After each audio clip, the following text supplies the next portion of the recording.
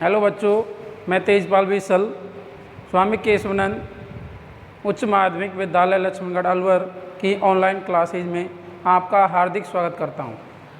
कल मैंने आपको पार्ट 2 में मनुष्य के रोग कारक सूक्ष्म जीवों के बारे में बताया था। तो आज कल मैंने आपको मानव रोग 4 रोगों के बारे में बताया था, जिनमें से 2 रोग और हैं। 5वां है हेपेटाइटिस ए। रोग कारक सूक्ष्म जीव कौन से रोग कारक सूक्ष्म जीव के द्वारा फैलता है? ये वायरस के द्वारा फैलता है। संचरण का तरीका क्या है? संचरण का तरीका, फैलने का तरीका क्या है इसका? ये दूषित जल से फैलता है। बचाव के उपाय क्या हैं? अगर हेपेटाइटिस ए रोग हो जाए तो बचाव के उपाय क्या हैं? इससे उबले हुए पेयजल का उपयोग, यानी पानी गर्म करके पीना चाहिए और समय पर टीकाकरण करना चाहिए। 6ठा रोग है हमारा मलेरिया। मलेरिया फैलता है मादा एनाफिलीज मच्छर के कारण, प्रोटोजोआ बोलते हैं जिसको। मलेरिया रोग कारक सूक्ष्म जीव कौन सा है? प्रोटोजोआ के द्वारा फैलता है। ये संचरण का तरीका क्या है? फैलने का तरीका क्या है इसका? मादा एनाफिलीज मच्छर के काटने से फैलता है ये। बचाव के उपाय क्या हैं इसके? मच्छरदानियों का प्रयोग करना चाहिए, कीटनाशक का छिड़काव करना चाहिए, और हमारे विभिन्न रसायन हैं जैसे ऑल आउट हैं आदि का उपयोग करना चाहिए, जिससे हमें मलेरिया से बचा जा सके। दूसरा है जंतुओं में रोग कारक जीवाणु। पहला था मानव में रोग कारक जीवाणु, अब जंतुओं में रोग कारक जीवाणु। जंतुओं में रोग कारक जीवाणु के द्वारा कैसे फैलते हैं?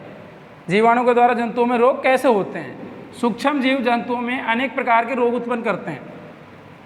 सूक्ष्म जीव जंतुओं में अनेक प्रकार के रोग उत्पन्न करते हैं। उदाहरण एंथ्रेक्स मनुष्य एवं मवेशियों में, मवेशी होते हैं हमारे पशु में होने वाला भयानक रोग है जो जीवाणु द्वारा होता है। एंथ्रेक्स मनुष्य एवं मवेशियों में, एंथ्रेक्स जो रोग है मनुष्य एवं मवेशियों में होने वाला एक भयानक रोग है जो जीवाणु द्वारा होता है। किसके द्वारा होता है? जीवाणु द्वारा। बच्चों, गाय में भी खुरपका एवं मुंहपका, उनके खुर में क्या होते हैं? उनके खुर ऐसे हो जाते हैं, सूज जाते हैं, और उनसे जो पशु हैं हमारे, उन पशुओं में चलने में बहुत दिक्कत होती है पशुओं को। ऐसे ही हमारे उनके मुंह पे क्या हो जाते हैं? मुंह पका है, उन पे मुंह पे दाने दाने से हो जाते हैं, जिससे उनको मुंह पे उनको चारा खाने में भी दिक्कत होती है। ये किसके द्वारा होते हैं? ये रोग वायरस के द्वारा होते हैं। किसके द्वारा होते हैं? वायरस के द्वारा। पौधों में तीसरा है पौधों में रोग उत्पन्न करने वाले सूक्ष्म जीव। पौधों में रोग उत्पन्न करने वाले सूक्ष्म जीव कौन कौन से हैं? अनेक सूक्ष्म जीव गेहूँ, चावल, आलू, गन्ना, संतरा, सेब आदि पौधों में रोग के कारक हैं।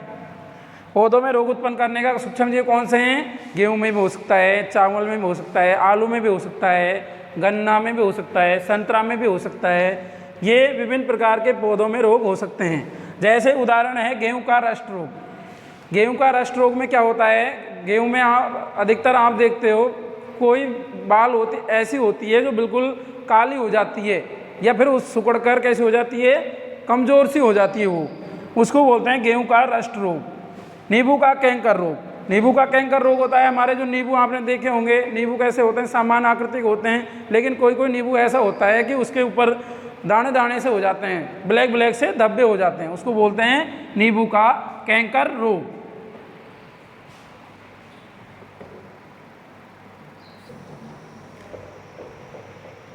हेलो बच्चों, सूक्ष्म जीवों द्वारा पौधों में होने वाले कुछ रोग।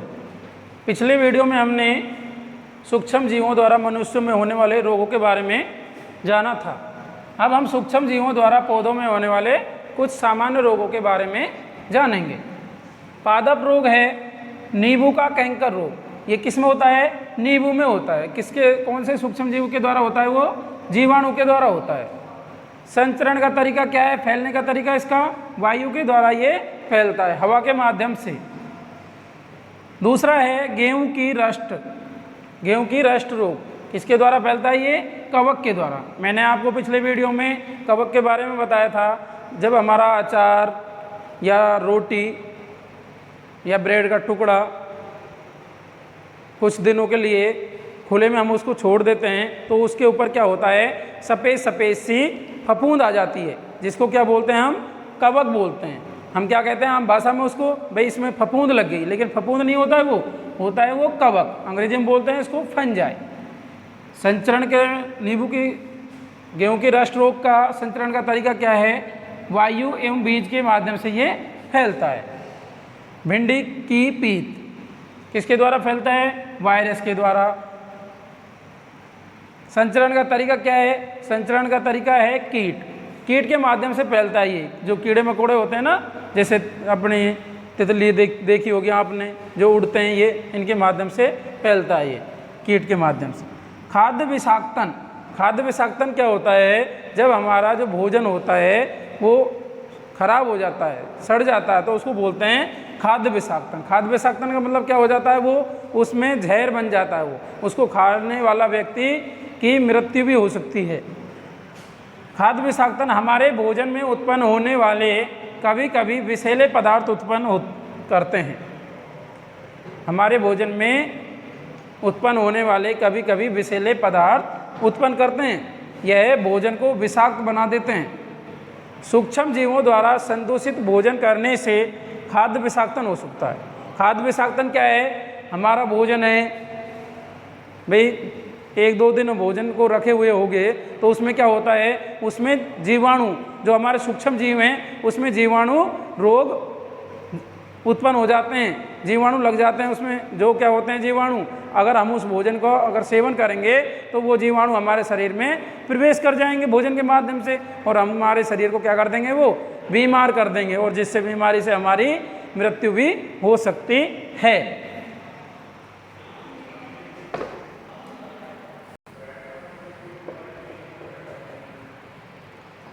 हेलो बच्चों, खाद्य परिरक्षण के तरीके, खाद्य को बचाने के तरीके। पहला है रासायनिक उपाय। विभिन्न रसायनों का उपयोग सूक्ष्म जीवों की वृद्धि को रोकने के लिए किया जाता है। विभिन्न रसायनों का उपयोग क्या इसलिए करते हैं हम?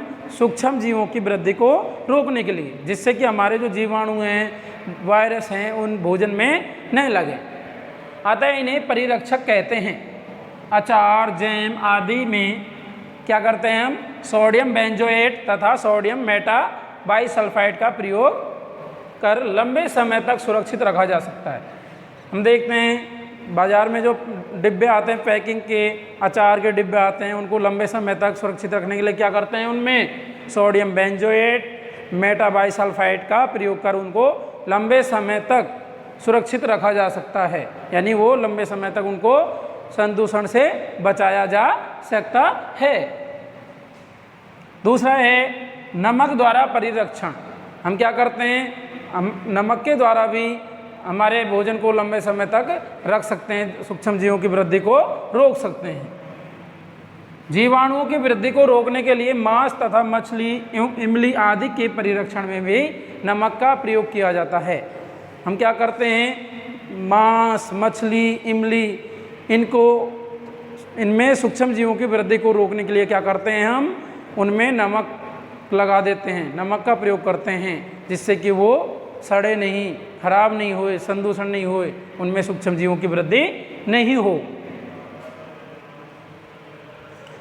चीनी द्वारा परिरक्षण। चीनी द्वारा परिरक्षण क्या करते हैं? हम चीनी के माध्यम से भोजन में क्या करते हैं? जैसे अचार है, उसमें हम क्या डाल देते हैं? चीनी डाल देते हैं। तो चीनी क्या करती है? चीनी उसमें अचार में जो नमी होती है, नमी को क्या कर लेती है? सोख लेती है, एब्जॉर्ब कर लेती है, जिससे उसमें नमी दूर हो जाती है। जैम, जेली एवं स्क्वैश का परिरक्षण चीनी द्वारा किया जाता है। चीनी के प्रयोग से खाद्य पदार्थ की नमी में कमी आती है, जो संदूषण करने वाले जीवाणुओं की वृद्धि को नियंत्रित करती है। चीनी में क्या होती है? नमी में कमी आती है, जिससे क्या होती है? जो संदूषण जो सूक्ष्म जीव हैं उनकी वृद्धि को नियंत्रित करती है, उनकी वृद्धि को बढ़ने नहीं देती है। तेल एवं सिरके द्वारा परिरक्षण। तेल एवं सिरके का उपयोग अचार, सब्जियां, फल, मछली एवं मांस का परिरक्षण करने में किया जाता है, जिससे सूक्ष्मजीवों की वृद्धि को रोका जा सके।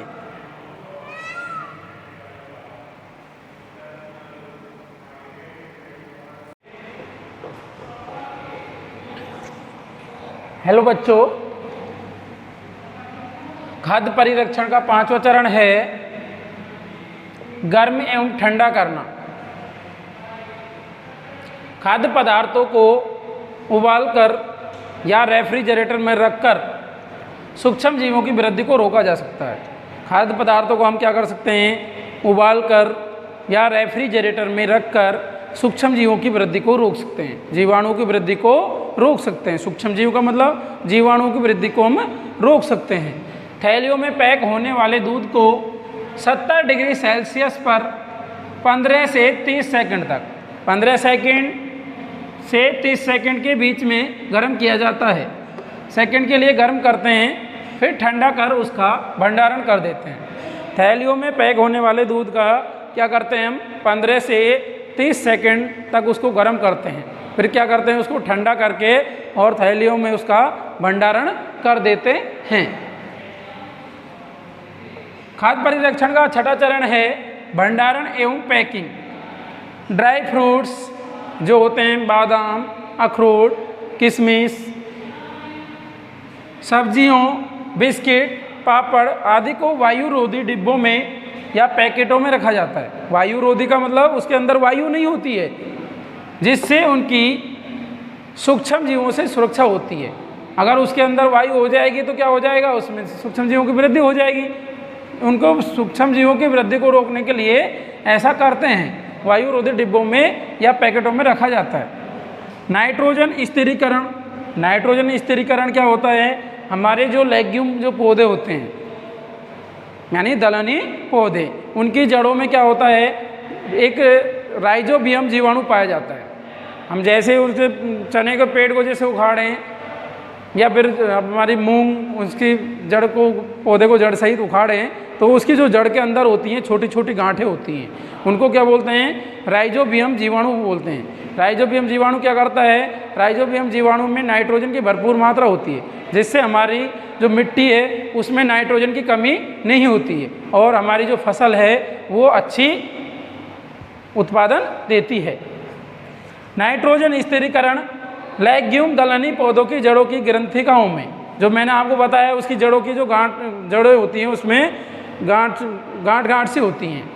ग्रंथिकाओं में राइजोबियम नामक जीवाणु रहते हैं, जो वायुमंडलीय नाइट्रोजन के स्थिरीकरण में सहायक होते हैं, जो वायुमंडल के वायुमंडल में नाइट्रोजन की मात्रा को बनाए रखते हैं। कभी कभी तड़ित विद्युत द्वारा, कभी कभी तड़ित विद्युत द्वारा क्या होता है, जैसे बिजली चमकती है, बिजली कड़कती है, तब क्या होता है, नाइट्रोजन का स्थिरीकरण होता है। तब क्या होता है, नाइट्रोजन का स्थिरीकरण होता है, यानी नाइट्रोजन की मात्रा कम होती है उससे। तो मैं आशा करता हूँ बच्चों, सूक्ष्म जीव मित्र एवं शत्रु पार्ट 3 में आपके समझ में आया होगा। मैं आगे आपको पार्ट 4 में सूक्ष्म जीव मित्र एवं शत्रु के बारे में फिर से जानकारी दूंगा। हेलो बच्चों, थैंक यू, गुड मॉर्निंग बच्चों।